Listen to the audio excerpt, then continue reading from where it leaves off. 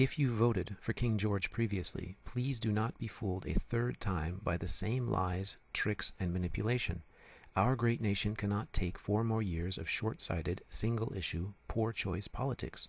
On Election Day, maybe you can go to church and pray for forgiveness instead of voting this time.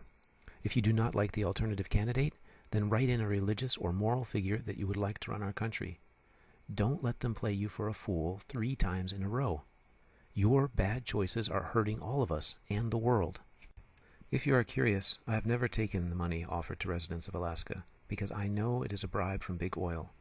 Once you sell part of your soul, it is hard to fight the addiction of greed or stand and speak the truth. I have spent much of the last decade volunteering with women and children around the world, in India, Ethiopia, Nepal, Pakistan, Kenya, and with Tibetan refugees. I have no money, but would rather go into debt, eat less, and go without health insurance than sell out to big oil.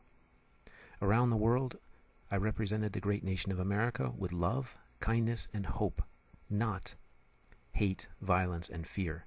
I tried to be humble and follow the example of Christ with my actions.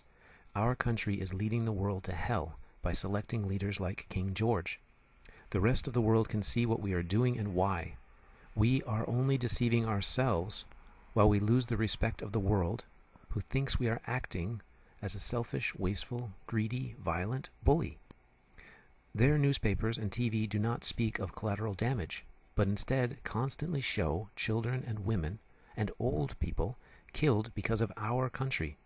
For years, they have followed the money, which leads directly back to weapons manufacturers connected to Cheney and oil companies connected to Bush, while Iraq has less electricity, water, jobs, and food than Saddam Hussein provided, even after we spent $1 trillion U.S. taxpayer dollars. They know Iraq was never a threat to our country and never supported al-Qaeda, but was attacked for oil and to shift the wealth from the middle class to the top richest percent in America, while avoiding responsibility for helping the average citizen on issues such as health. Queen Sarah introduced herself at the convention with well-spoken lies and deception. She represents our most greedy state, which lives on big oil. We cannot afford to continue following this path for 4 more years. We are destroying our country, the principles for which it stands, and selling out the long-term happiness of our children and grandchildren. Again, if you agree with these ideas, please share this message or request that your local radio station play Quinn the Eskimo. Those who hear it will understand, and maybe we can motivate others to think more carefully before they vote next. For those interested in why I might share this message, the answer comes in 2 quotes. The first by Helen Keller.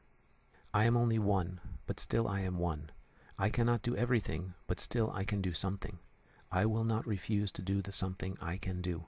The second quote is 2 words. Carpe diem.